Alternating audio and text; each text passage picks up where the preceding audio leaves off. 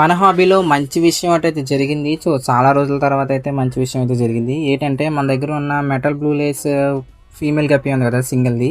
అది నేను చెప్పినట్టే మేల్ లేకుండా రెండోసారి పిల్లలైతే అది పెట్టిందన్నమాట. సో, చాలా పిల్లలైతే పెట్టింది. చాలా హ్యాపీగా అయితే ఉన్నాను.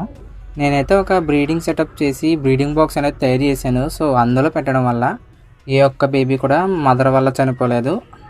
అన్నీ కూడా చాలా బాగా వచ్చినాయి. ఒక 20-50 బేబీస్ అయితే వచ్చాయి. సో, చాలా హ్యాపీగా అయితే ఉందన్నమాట.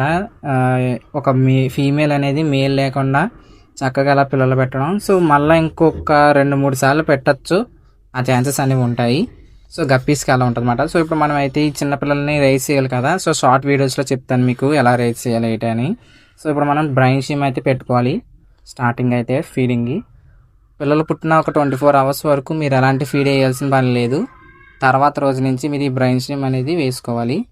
ఇప్పుడు మీరు చూసుకున్నట్టయితే శాంటా క్లాస్ బేబీస్ మాట. ఇదిగోండి నేను ఇప్పుడు చేసి చూపిస్తా చూడండి ఎలా చేయాలి ఏంటి అనేది. ఇప్పుడు బ్రైన్ స్ట్రీమ్ క్యాప్సూల్స్ అనేవి ఆన్లైన్లో ఉంటాయన్నమాట అమెజాన్లో. మీకు కింద డిస్క్రిప్షన్లో కానీ కామెంట్ సెక్షన్లో లింక్ అనేది ఇస్తాను. దాని ద్వారా కొనుక్కుంటే మీకు ఒరిజినల్ ఇవి దొరుకుతాయి. లేదా బయట అన్ని ఫేక్ ఇస్తున్నారు, కొంచెం చూసుకోండి. నా లింక్ ద్వారా వెళ్తే మీకు ఖచ్చితంగా మంచిగా దొరుకుతాయి. సో, ఇప్పుడు మనం ఈ క్యాప్సూల్ ఏం చేయాలంటే మరి ఎయిర్ పంప్ అనేది ఆన్ చేసుకోవాలి.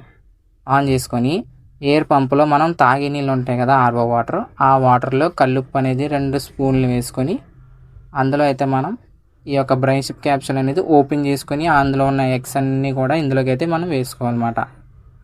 సో, ఇలా వేసుకొని ఈ మోటార్ని 24 గంటల వరకు ఆపకుండా ఆన్ చేసి వదిలేయాలి. ఇలా వదిలేసిన తర్వాత మనకు బ్రైన్ స్ట్రీమ్స్ అనేవి వస్తాయి. సో, అప్పుడు ఆ బ్రైన్ స్ట్రీమ్ని తీసుకెళ్ళి మనం బేబీస్కి అయితే ఫీడ్ అనేది చేసుకోవచ్చు. సో, వచ్చే వీడియోలో ఎలా ఫీడ్ చేయాలో